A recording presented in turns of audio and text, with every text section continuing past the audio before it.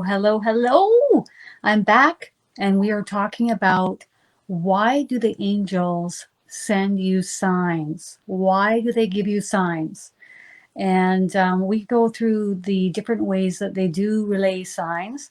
But in our society right now, why is it that the angels just don't show up in your room and just appear out of thin air, show up right in the corner of your room and say, "Hi, how are you?" Alyssa, do you know why? Why is it that the angels don't just show up and say, "Hi, how are you?"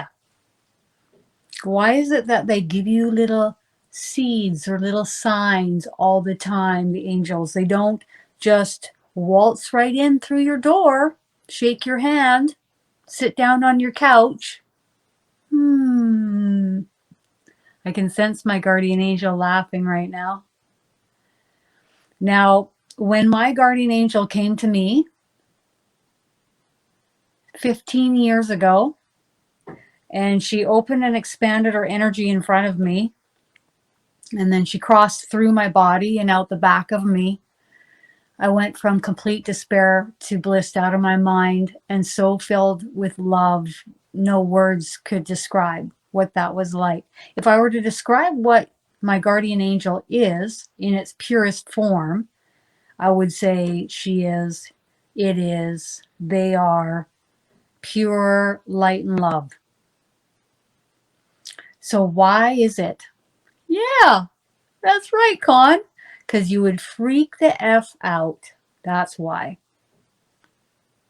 I think that's pretty solid. Now, some mediums will see the guardian angels as pillars of light. Some of them will see them as white orbs.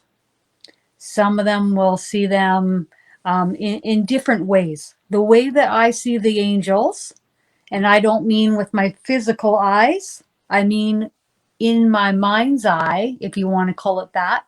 So when somebody says, "Oh, has your third eye opened?" Well, are you able to pick up on images clairvoyantly that they're sending you into your mind through your chakra centers? Because if so, then I would say your third eye is pretty wide open. I'd also say your crown chakra is pretty wide open too, and most likely many of your chakra centers. But the way that I see them is they try to make themselves look human like for me, except that their eyes and their features look a little different. So, with them looking a little bit different, there's times where they'll look me and they look me right in the eye as they're addressing me telepathically, communicating to me directly. And there's moments where I really can't hold the eye contact. I can't hold the direct communication because it's too much, it's too overwhelming.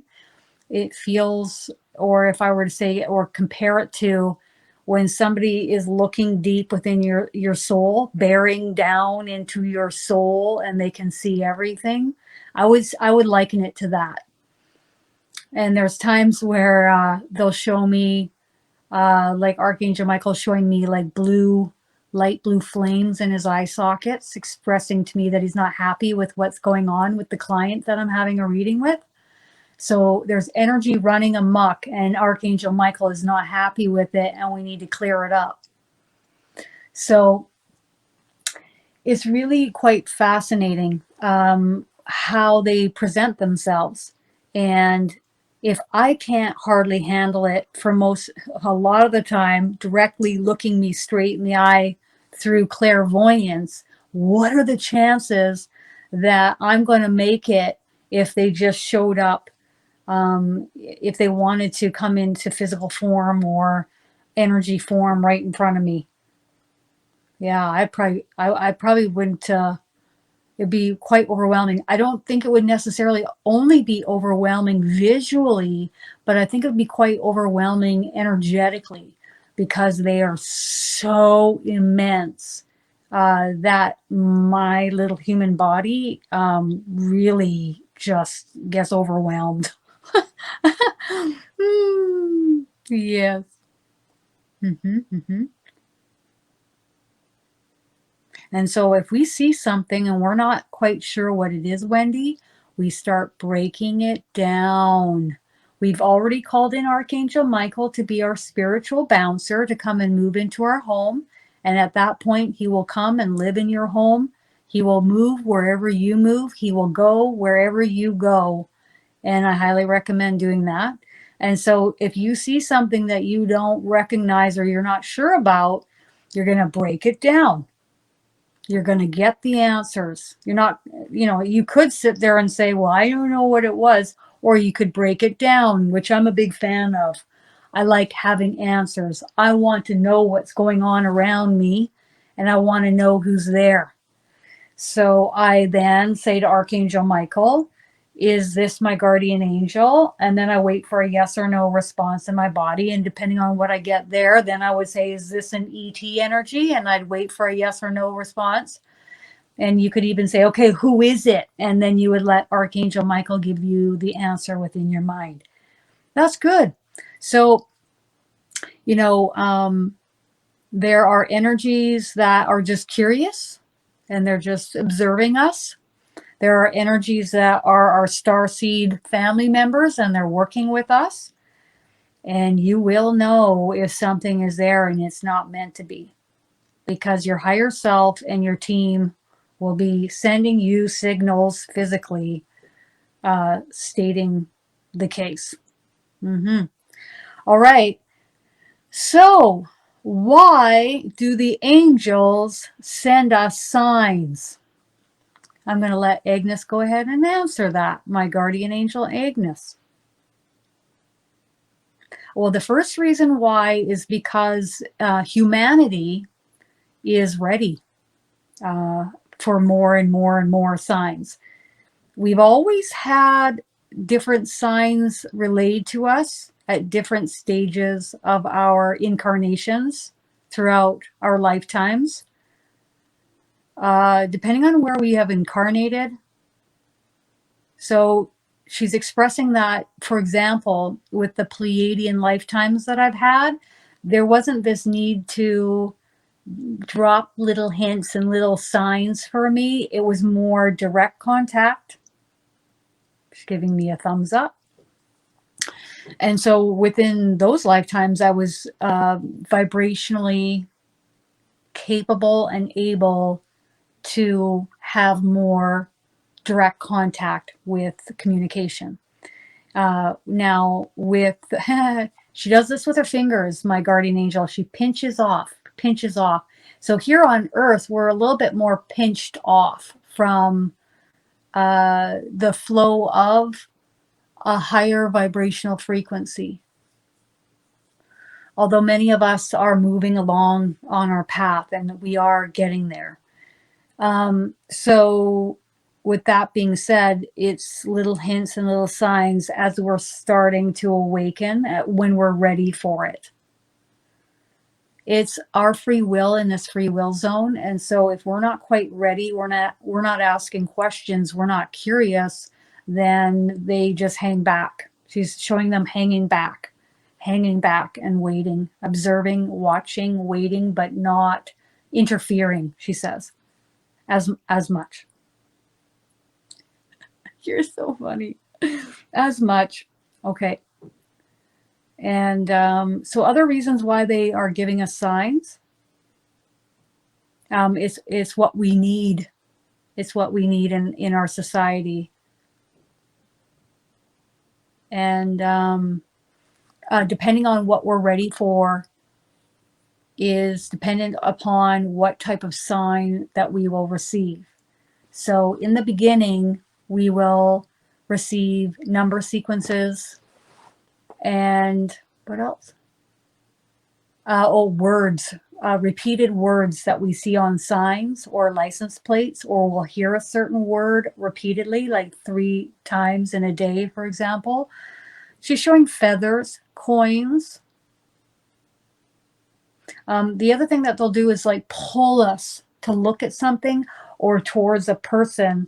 So we'll get pulled in a certain direction. And that's, for us to notice.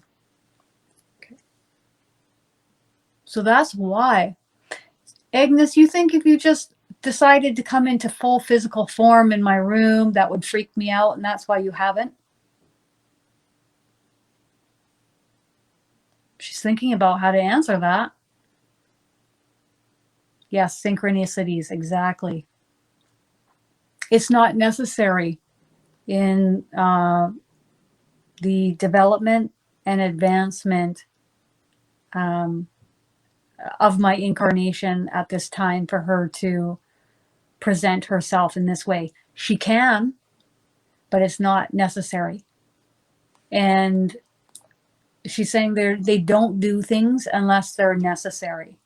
So the day when she opened up energetically and then slowly came towards me, I could feel like it was so immense.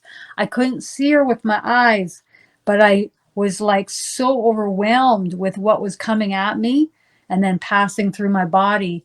So it was energetically that she came to me that day. But that's what I needed in that moment. It was a moment of crisis, and it was what was necessary, and it was also the beginning of the path to spark my path of awakening and start asking questions and realize that I'm not alone. And then they moved me in the direction of pulling me towards angel cards at Costco. It was the first time I'd ever seen angel cards anywhere. Nobody knew about angel cards. Oh my God. Nobody knew about that stuff. It was like, whoa, what's that? Oh, how cool. Yes. Hmm. Yes, many people are pulled towards me to have a reading, or they're pulled towards me to have this course, or to be a part of this course, or they're pulled towards Ashley, or they're pulled towards Paul. I'll hear this, and and so that just tells me, okay, their team is guiding them directly in this way to learn and grow, and they feel that they are ready for this. Okay. And it could be for multiple reasons. It's not only mediumship that you're guided here.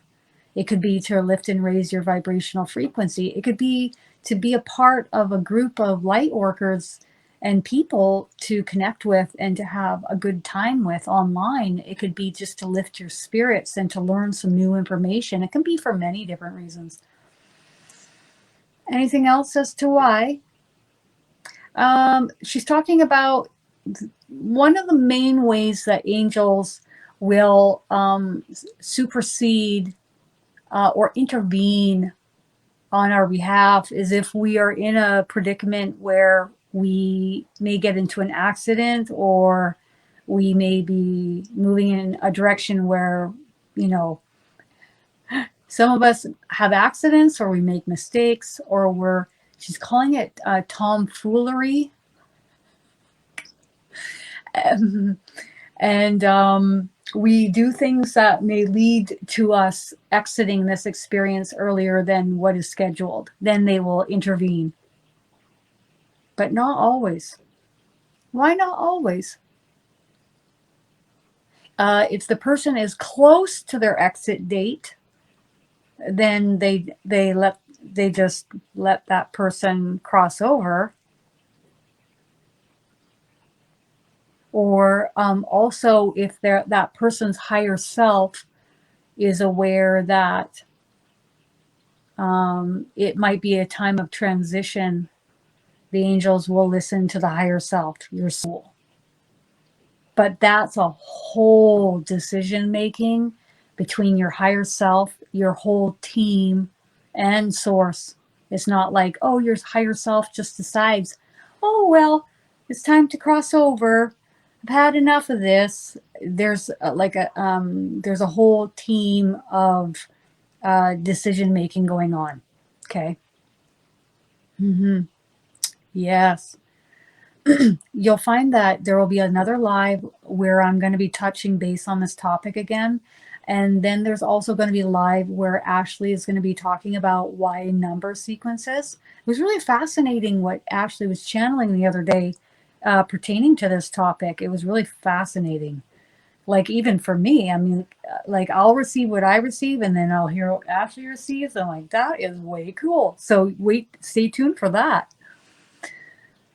Okay, so it's not necessary for you to show up, but why is it that you guys present in a human-like form with me, and yet others will see you in pillars, others will see you guys as orbs or light flares, light flashes? They determine this based on what we will be comfortable with. And she's smiling warmly about it. So it's like, what? So I'm open enough, I'm relaxed enough for them to present in the way that they are presenting with me. There are times where it does surprise me. She's saying surprises me. Kind of like, whoa, you like takes your breath away for a second, how they're presenting. And even your starseed family members, because they're so different. But then I just kind of chill out and I just kind of relax. She's saying all this, and this is exactly what happens. I just go, okay, well, Kristin, there's just things that you're going to see that are different, right? Like, you're not always going to see human-like beings. Hmm. What a great question. Are near-death experiences planned or rescues? Some near-death experiences are meant to uh, help to trigger another path or move you onto another path, bring about questions and curiosity, enlightenment, depending on what the person wants to do with it, because there's your free will at play too. So you may go, oh, well, and go about your 3D life, not caring, not wanting to know more. That's your choice. But it is an opportunity for more growth and to move you onto a different path. Um, Other near-death experiences are they're meant to open your channels. Okay, so you guys have heard that before. People, they have a near-death experience and they come back and they're like, I see through the veil. Holy cow. It's all about what we're comfortable with. Although some of our souls sign up to be really wide open throughout our entire lifetime, and that's what we signed up for, even though when we're in the physical form, we may find it uncomfortable at times and like more of a burden. Okay, so there are people on earth like that. They're like wide open and they're seeing through the veil and they see it as a burden because they're seeing things that they feel is a real issue for them. And that's what when I would say it's called boundaries. It's teaching you boundaries. Yeah. Yeah. Yeah. So it's all about our comfort zone, our what we're ready for. Hmm. You just say, I'd like to have my third eye opened up more. Thank you. And another thing you can do is asking them to replace your chakra centers. So instead of getting them going again or clearing them or getting them moving in the right direction, some of us, based on the traumas that we've had or the stressors in our lifetimes, our chakras just aren't working as well. So from time to time, when you feel you need it, you can ask your guardian angel to go ahead and replace your chakras. You can schedule it for when you're about to go to bed at night, or I'm going to go lay down now. Feel free to replace my chakras now. I recommend laying down when you're having it done, and you'll slowly feel them pulled out and fresh new one coming in. Okay, that's what I recommend. I recommend that because I've noticed just a significant, huge difference with me with doing that.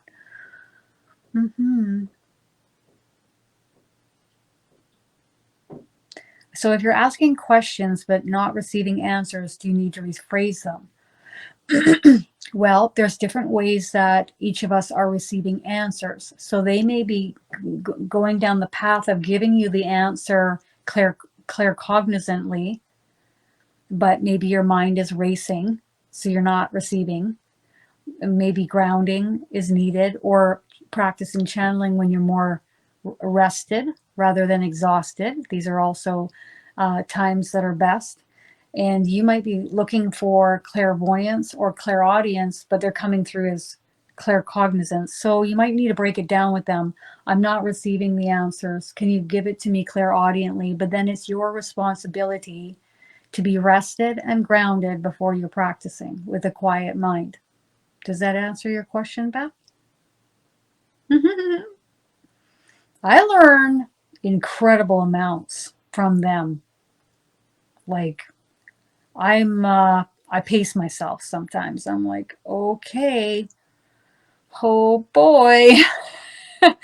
So, and I've always said to them, at my comfort level, and they've always given everything at my comfort level. Whereas some people are like, I'm ready, I want to be wide open, I want to see everything. And then they come to me and they're like, oh my God, Kristin, like all of this is happening and I don't know what did you ask for? To just get everything all at once? Maybe think about what you're asking for next time. And make sure that you're asking for your comfort zone to be honored. I've had some people, they dive into learning certain spiritual techniques and healings, and they're new to spirituality. So they're going from 0 to 100 in a matter of a day. And then all this energy will flood through the top of their head to the point where they completely forget who they are for half a day or a couple days, and then their memory comes back to them. So we really want to make sure that we are learning and growing at a pace that is comfortable for where we're at. That's always what I've always asked.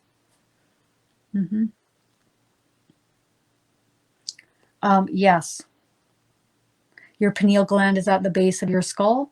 And if you have asked for them to open this light highway in between your third eye and your pineal gland, or opening your chakra centers for more open, clear communication, then you're going to have headaches.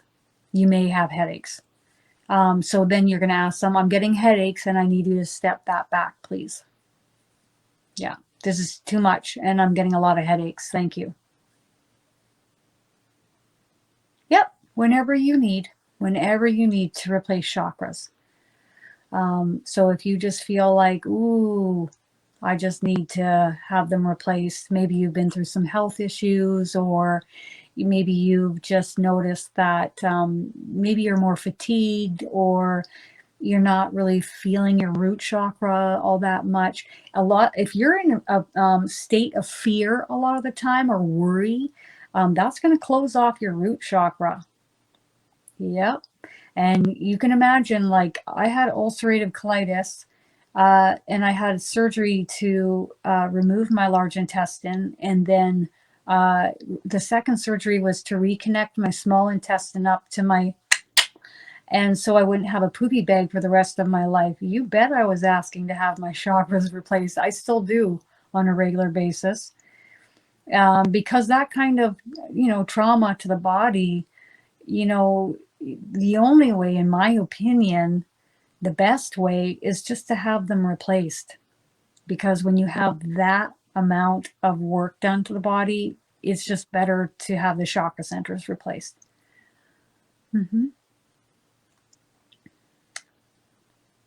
Yeah, it's really important.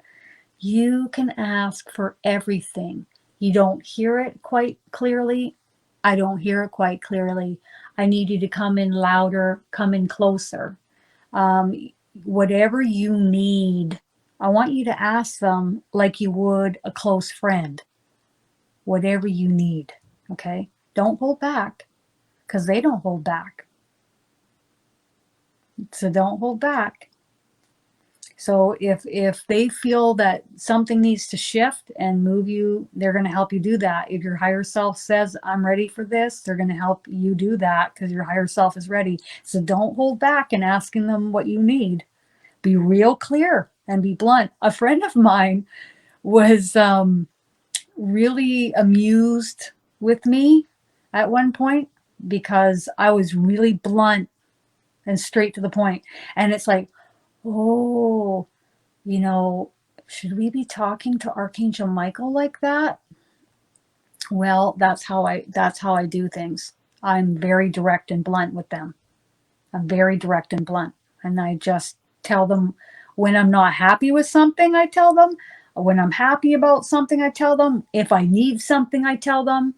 If I'm not quite getting something, I tell them. Or if they didn't tell me about something that was to pass, I say, why didn't you tell me beforehand? It would have made things easier for me. Or why are you guiding me down this path? It doesn't make sense to me. So don't hold back. They're not going to take offense to it. They're not going to be upset or hurt. Okay. They never are. Mm-hmm. Yeah, that's great. So if you get a ringing in your right ear, now you're going to ask, are you relaying guidance for me to hear, or is this a download? Okay. So is this a download? Wait for the yes or no response in the body. Or are you communicating something to me right now? And then you'll get a yes or no in the body. So let us know what you get, Wendy, and then I'll double check with you. Okay. Usually if we're talking about this, and then the ringing comes, I would say it's most likely communication, but we'll see what you get, Wendy. Mm-hmm.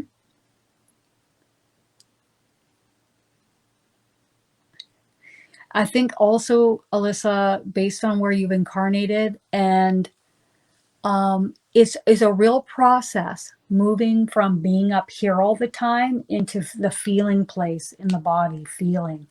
And so there just may be what you say is a glitch or a delay, or it might just flood in real fast depending on who you're communicating with, based on the lifetimes that you've had where you did have that fluid communication.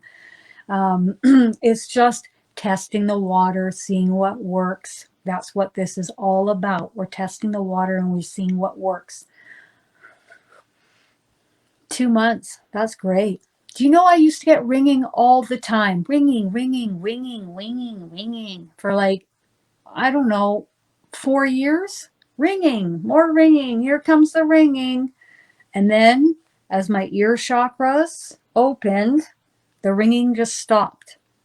And I don't get the ringing unless someone's getting my attention for communication, which is like sometimes I'll go through my throat chakra if I'm doing something and they're trying to get my attention. And I remember we were going to go for a tour through this castle near my house. And then we were going to do this live broadcast and we were going to talk about the castle and the energy, because we all noticed a lot of energy in the castle.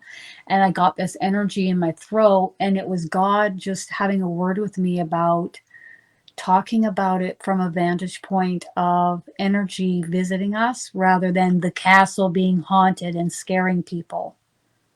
So you'll have spirit come and talk with you about, how you're going to converse about something on camera, for example, because a lot of people will be watching that. And so Source wanted it to be in a way that wasn't going to scare the masses.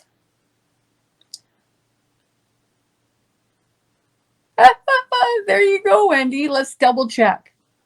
Did Wendy hear you accurately? This is what you asked for. That's what I just got in my head. How are you predominantly communicating with Wendy? And yeah, they're talking about communicating with you claircognizantly with ideas, thought forms, but they're also talking about giving you visuals. Do you get visuals? Your clairsentience is there, but it's not as developed as, say, another, okay? Like my predominant was clairsentience, feeling in the body. That was my number one. That's probably why my angel came at me energetically like she did, because it's clairsentience. Do you want to say anything else to Wendy? Keep practicing. She'd like you to come on camera with me. Okay, so that's what you're aiming for, Wendy. Perfect, Ariel. That does not surprise me at all. Doesn't surprise me at all, Ariel. Yeah. Mm-hmm. 10 to 20 seconds. Yep. Yep. So Ariel asked them, are my ear chakras wide open now? Is that why I don't hear the ear ringing?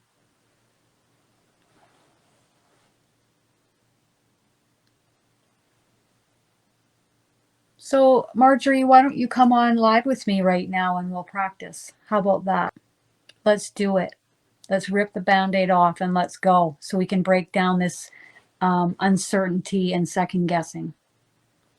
Are you ready to come live with me right now, Marjorie?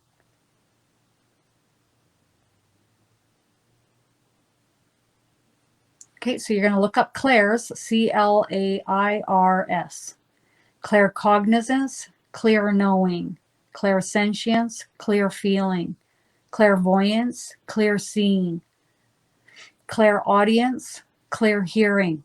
And you're going to go and do some Googling and you're going to look up even more than that. There are some on sense or smelling, and you're going to see what are your dominant two out of all of those.